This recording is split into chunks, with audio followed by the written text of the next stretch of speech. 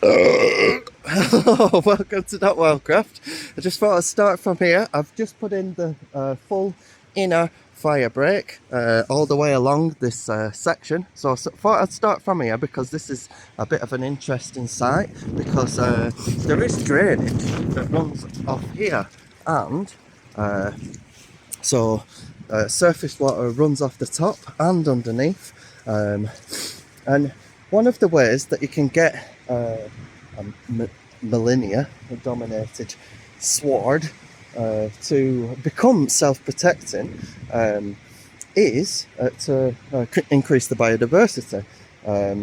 Underneath here is peat, so originally it was peatland, and it'll be deep, deep, deep, and then it gets changed over time for different uses, like for pasture and whatnot. And then if you don't manage it, because it was a man-made plot, then things like this happen.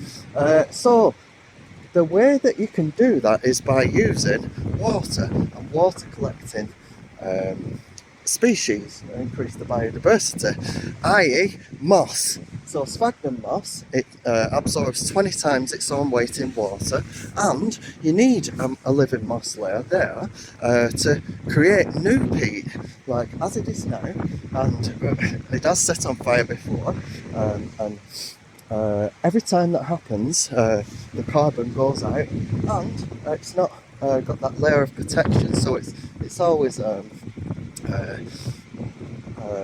it doesn't have the carbon storage capabilities. So the idea is eventually, over time, to make a self-protecting wildfire management ecosystem by introducing moss, which isn't a tinderbox like this, just full on. I love the look of the colour, but it's very, very dangerous. So to demonstrate this, how it's going to work, we come in here, and we should be able to see when the land changes around here, and I'll show you it all further up. The tree roots, and it's not a perfect example, but where there's water, there is moss, and you can stop it running off down here and make it pool by making swales. So you cut along the contour a little ditch, and it makes it stop and pool there and soak into the ground, so then moss can grow. The reason that this moss, that's a good example there, you can see the transition, that is drained, and the tree roots are holding in the moisture, so moss develops. So if we can integrate that in, then it'll stop like the crazy wildfire. There we go. So this is a little bit of a channel there, and I've cut all the way along here. Now in this area, because it is very thin, as in like it's only there to there, a normal Firebreak is 2 crowns, but in this area I'm going to leave it and come back to it. It's a good day to create a fire break, because it's windy and you can see where the trees are moving and how they do interact with the wind, because they do serve 2 functions. One's a windbreak, and one well, there's a plantation. But so along here I've done my best, but I'll have to come back to them in I don't know, probably about 3 years, but I'll monitor that over time, and just to give them chance to develop with the tiny little opening that I've made there. Now this is a bit of a landing station, and it starts after this point, it starts to get a bit more wider, so that allows me opportunity to not worry as much about the potential wind factor when storms come, like the one that we caught on camera.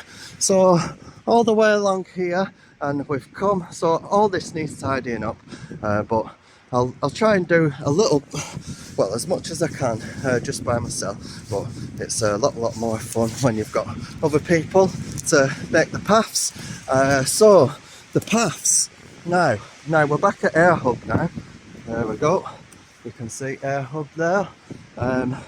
So this will be a path that is outlined, but like we've done down there, we've lined the paths with the treetops, and so it's a definitive outline, but I can't have fuel up there, because then that'd be potential for the tinder. That's how you make a fire, isn't it? You get small stuff to bigger stuff to bigger stuff to bigger stuff.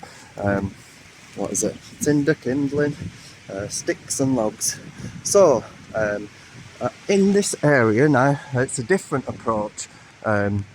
This one's going to be what they call a shaded fuel break. So I will put a couple of lines in, just single rotary lines, just to open up a bit of light and make them develop. But I just need to remove all of the dead stuff, like this, what you can just pull over, and this, what you can just pull over. Like, so all of that is dry fuel that can. So just make sure all the floor is clear from fuel break, and that will be the first layer of protection. I don't know what the second one is, but if we're working on the power of three, the power of three is make a self-protecting ecosystem. So anyway, I don't know whether to walk you up there, but that is the full length of the Purple Moor Hex section, and you can, so there's that, you get in there, and the Moor Hex just runs all along there.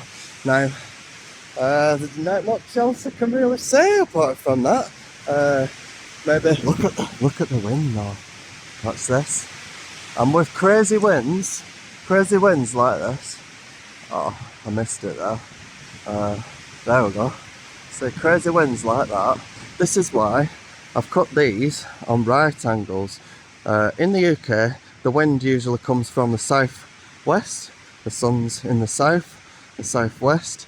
So if the fire breaks are always on right angles to the wind, whether it is a storm on the couple of weeks when it switches direction in the winter, or the normal winds, you have them on right angles, so these are acting as wind breaks.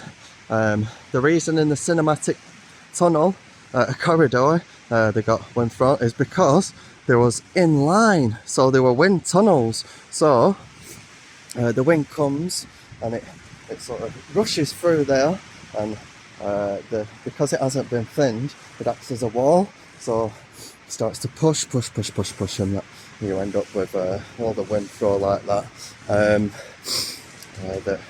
We'll address that. That's done now at that path. Yeah, that's it. So don't forget to like and subscribe, please.